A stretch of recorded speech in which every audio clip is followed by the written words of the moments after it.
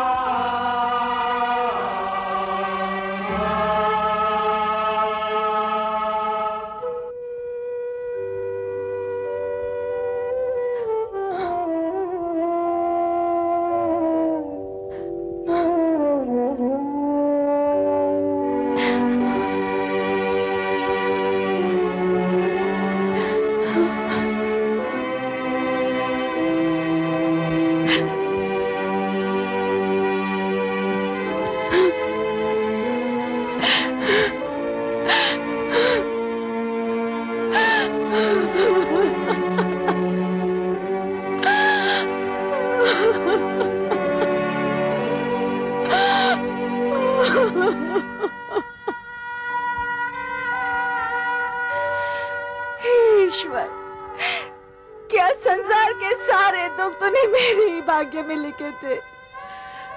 इतना दुख मैं कैसे सहन करूं, कैसे? ये दिन दिखाने से पहले ही तूने मुझे क्यों नहीं उठा लिया? क्यों नहीं उठा लिया?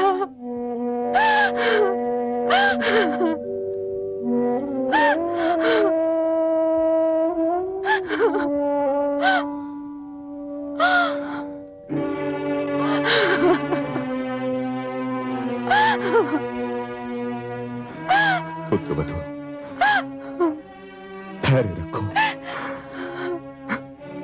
धीरज रखो पुत्रवधू। कैसे धीरज धरो ताया श्री, कैसे? एक ही दिन में मेरी मांग का सिंदूर मिट गया और मेरी आंखों का तारा भी छिन गया। हे आकाश, क्या कभी तेरी आंखों ने ऐसा निर्मम अत्याचार देखा था? हे धरती, क्या कभी तेरी छाती पर दुख का ऐसा पहाड़ टूटा था?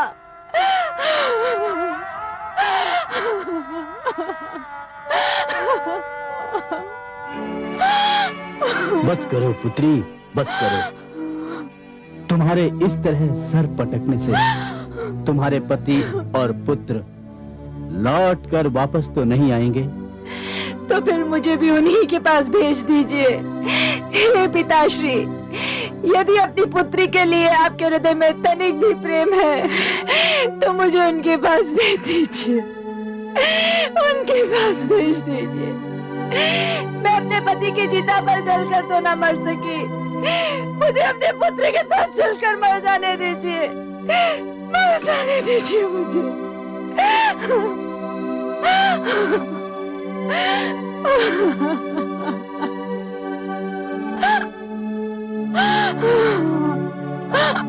बस करो पुत्री, बस करो। तुम्हारे दुख ने तो धरती आकाश को हिला कर रख दिया।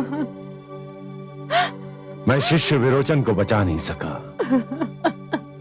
क्योंकि जो कुछ हुआ मेरी अनुपस्थिति में हुआ। मेरे पहुंचने पर यदि विरोचन का शव मेरे समक्ष होता तो मैं संजीवनी मंत्र से उसे जीवित कर देता। परंतु कायर इंद्र ने उसके शव को भी जला दिया।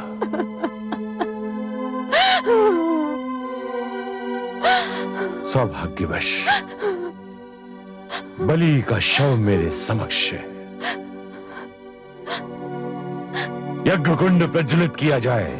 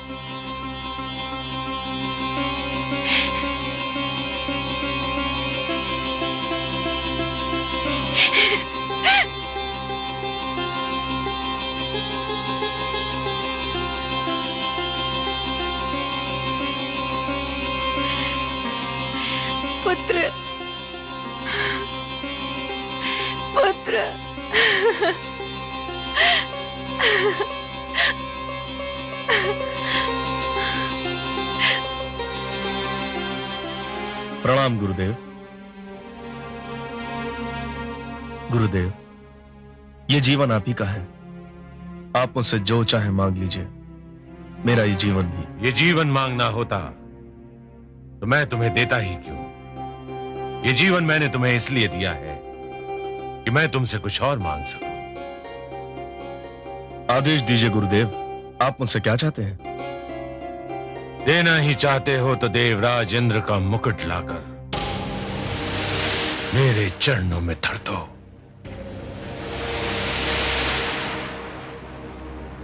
जो आज्ञा गुरुदेव। रुक जाओ।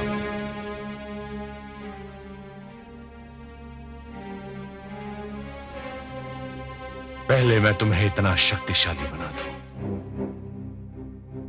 कि तुम विजेता विश्व विजेता बन जाओ।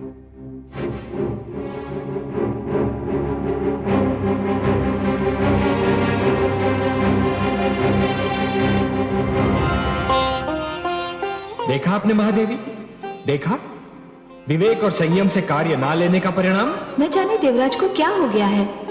अच्छी भली शांति छाई हुई थी तो उन्होंने पौत्र विरोचन की हत्या कर दी, वो भी धोखे से। अब बलि उनका शत्रु हो गया है।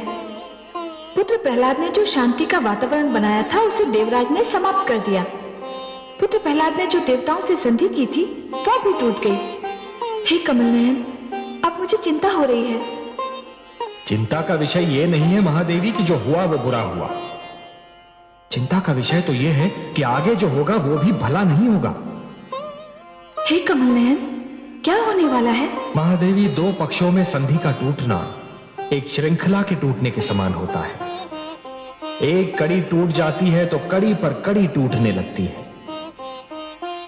महादेवी, मोती जिस डोर में पिरोए हुए होते हैं, यदि वो डोर ही टूट जाए तो सारे के सारे मोती भूमि पर बिखर जाते हैं। और इन बिखरे हुए मोतियों को दोबारा समेटना और फिर से उसी डोर में पिरोना यह सरल कार्य नहीं होता महादेवी। जानती हूँ कमल नयन, बसी बसाई नगरी को उजाड़ना सरल कार्य होता है, उसी नगरी को फिर से बसाना बहुत कठिन होता है। वर्ष और पीढ़ियां बीत जाती हैं उसे बसाने में। सत्य कहा महादेवी। समझौते का तोड़ना सदैव शत्रुता को जन्म देता है, और शत्रुता एक ऐसा विषैला पौधा है जिस पर केवल द्वेष के पुष्प और संदेह के कांटे ही उगते हैं। और ये द्वेष और संदेह कई पीढ़ियों तक अपना रंग दिखाते रहते हैं। हे महादेवी, हिरण्यकशिपु ने जो शत्रुता का विषैला वृक्ष बोया था उसे मेरे भक्त प्रहलाद ने जड़ से उखाड़कर फेंक दिया था। पर अब मुझे यह भय है महादेवी कि प्रहलाद की तीसरी पीढ़ी में यह विषैला पौधा कहीं फिर से अपना सिर न उठा ले। परंतु हे कमल नयन, इसमें मेरे प्रपौत्र बलि का कोई दोष नहीं।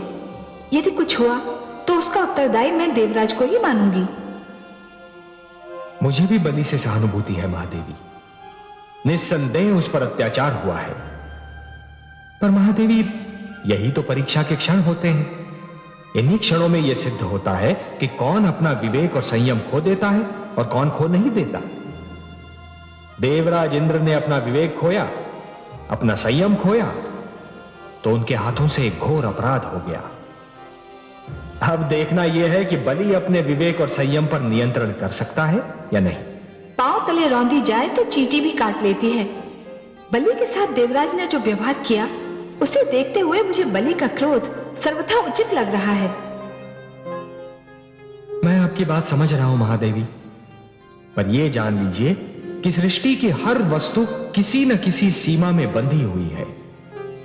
इच्छा हो, ईर्ष्या हो, क्रोध हो, कोई भी भावना हो, उसकी अपनी सीमा होती है। और जब वो भावना अपनी ही सीमा को लांघकर परे चली जाती है तो स्वयं अपने लिए ही हानिकारक सिद्ध हो जाती है। बलि इस समय अपने जीवन पथ के कठिन मोड़ पर खड़ा है।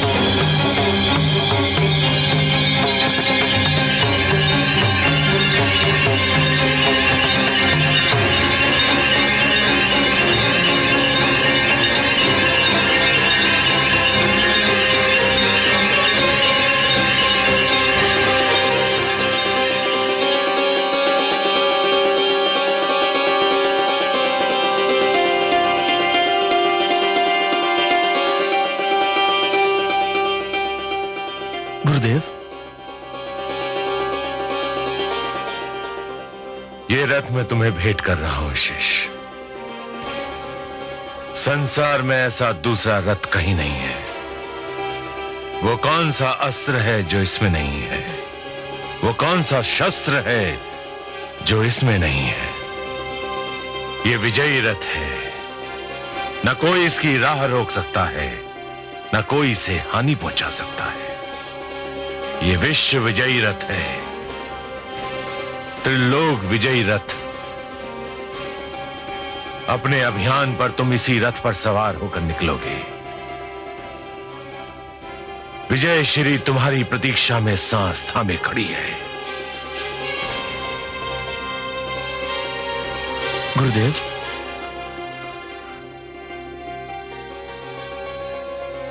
विश्व विजयी भव शिष्य, विश्व विजयी भव।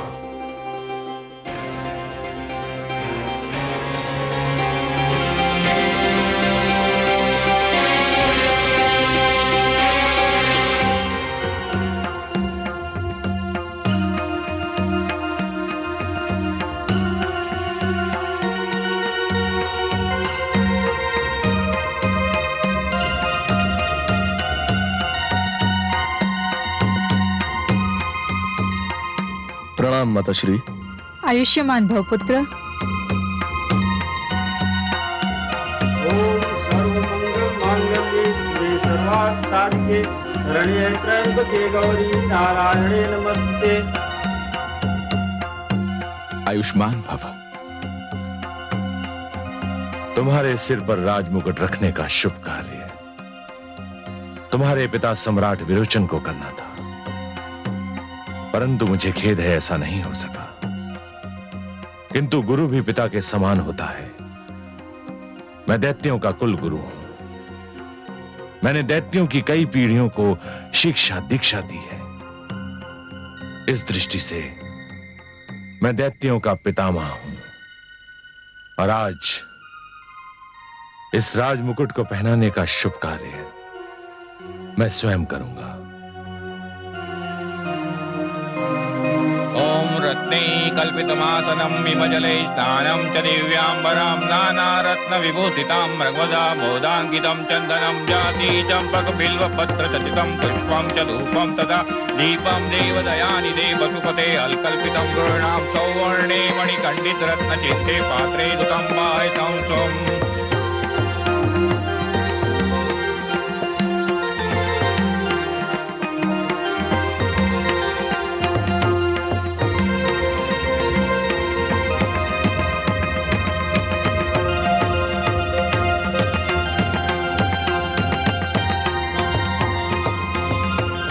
परंपरा है कि सिंहासनारूढ़ होते ही सम्राट कोई वक्तव्य देता है जो उसकी नीति की घोषणा के समान होता है।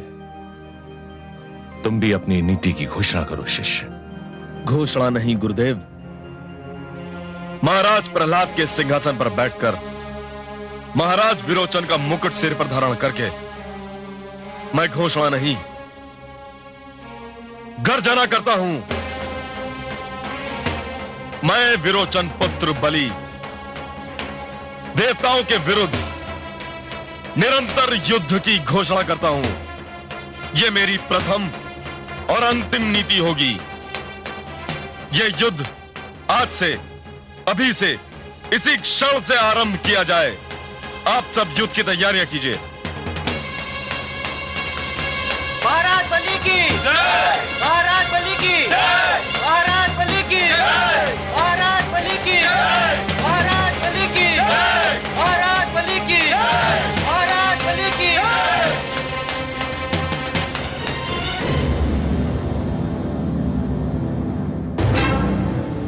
आक्रमण!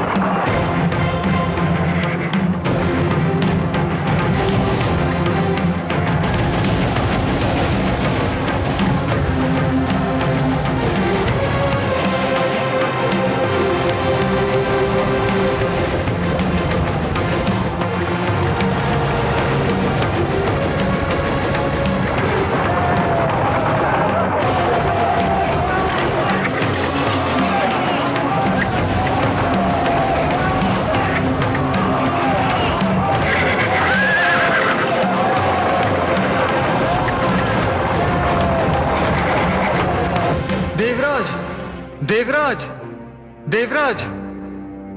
आओ मलय केतु, देवसेना हार रही है, यही समाचार लाए हो ना? जी हाँ देवराज। और बलि हमारी ओर बढ़ रहा है, वह हमारी सभा में आ रहा है। क्यों? जी हाँ देवराज, यह घटना किसी भी क्षण घट सकती है। बलि यहां आना ही चाहता है। आने दो उसे। एक बार पहले भी तो आया था यहां, क्या हुआ था? मारा गया था ना? किंतु देवराज। कुछ नहीं, फिर मारा जाएगा, और इस बार मैं उसे मारते जलाकर राख भी कर दूंगा। दैत्य गुरु शुक्राचार्य को उसे पुनर्जीवन प्रदान करने का अवसर ही नहीं दूंगा मैं।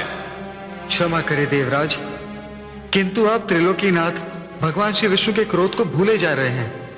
कितने रुष्ट थे वो जब हमने पहली बार बलि का वध किया था। तब बात और थी, तब वो एक ऐसे पुत्र के रूप में आया था जिसके पिता का वध हुआ था।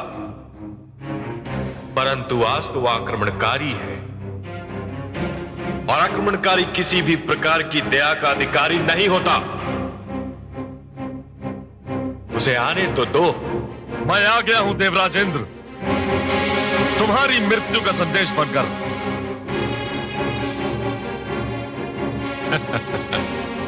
मृत्यु का संदेश? तुम कुछ भूल रहे हो दुस्साहसी बालक। मैं कुछ नहीं भूला हूं इंद्र। मैं जानता हूं कि तुम देवगण अमृत पान कर चुके हो, अमर हो चुके हो, मर नहीं सकते हो। यही कहना चाहते हो ना तुम? जानते हो तो ऐसी मूर्खता की बातें क्यों कर रहे हो?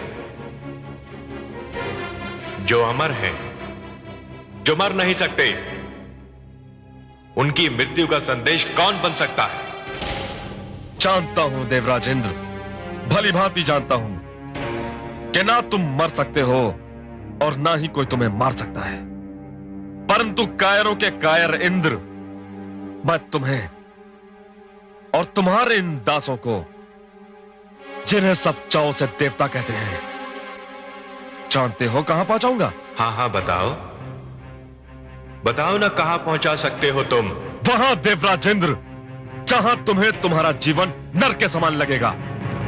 उस स्थिति में जहां तुम मरना चाहोगे, किंतु तुम्हें मृत्यु नहीं आएगी, क्योंकि तुम अमर हो ना। देवराज इंद्र, तुम ये सोच सोच कर पछताओगे कि तुमने अमृतपान क्यों किया। रुक जाओ बलि, सावधान, सावधान इंद्र।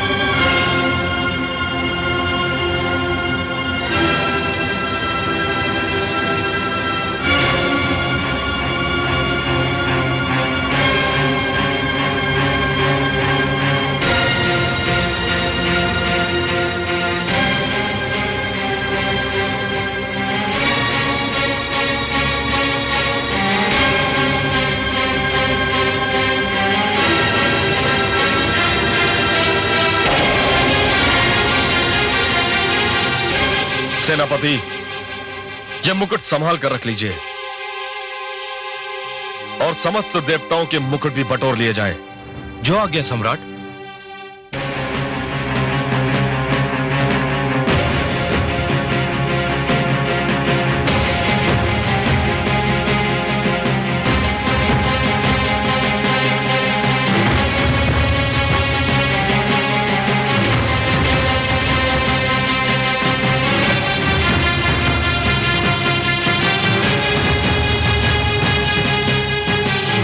इन बंदियों के लिए क्या आदेश है? इन्हें कारागार में डाल दिया जाए? नहीं,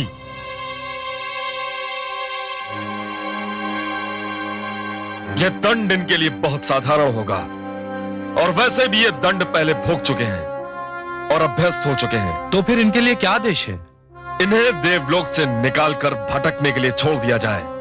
अब ये देवलोक में नहीं रहेंगे और पाताल लोक में यूं भी इनके लिए कोई स्थान नहीं है। परंतु सम्राट, मानव लोक में तो वहां भी एक घोषणा कर दो कि देवराज इंद्र के समस्त साथी हमारे शत्रु हैं और जो भी हमारे शत्रुओं को आश्रय देगा वो बिना कुछ कहे हमसे अपनी शत्रुता की घोषणा करेगा। हमारे हृदय में अपने शत्रुओं के लिए कोई स्थान नहीं है और ना ही हमारे मन में उनके लिए कभी करुणा जागेगी। और यह भी घोषणा कर दो कि मैं अपने शत्रु के मित्र को भी अपना शत्रु ही मानूंगा, भले ही वो कोई भी हो, कहीं भी हो। ले जाओ इन्हें।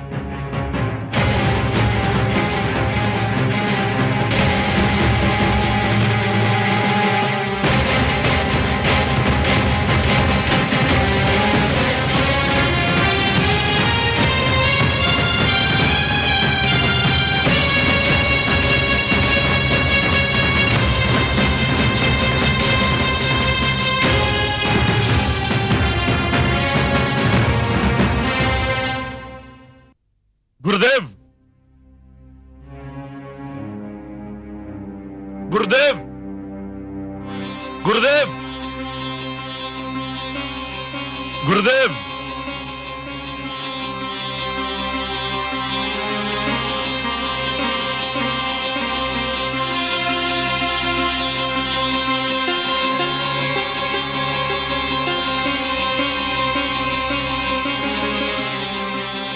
गुरुदेव, मेरे दूसरे जीवन के स्वामी, अपने सेवक की ओर से देवराज इंद्र का मुकुट, यह तुच्छ भेंट स्वीकार कीजिए।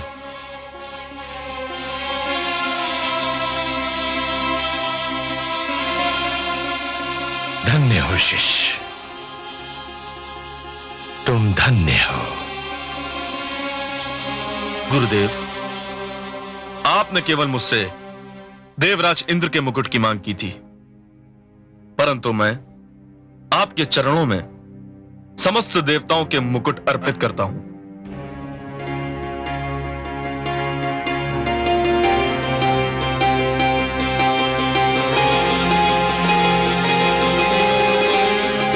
आयुष्मान भव, यशस्वी भव। तुमने मेरी हार्दिक इच्छा पूरी कर दी। गुरुदेव, यदि आपकी कोई और इच्छा हो तो कृपा करके व्यक्त कीजिए।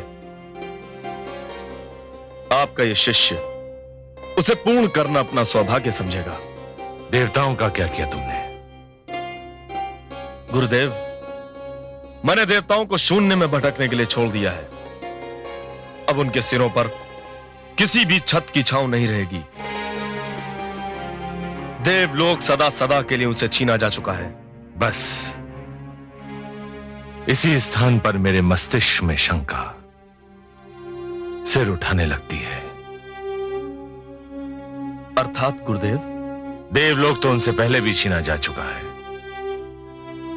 तुम्हारे पितामह हिरण्यकश्यपु ने इंद्रासन प्राप्त कर लिया था, इंद्रलोक पर अपना आधिपत्य जमा लिया था,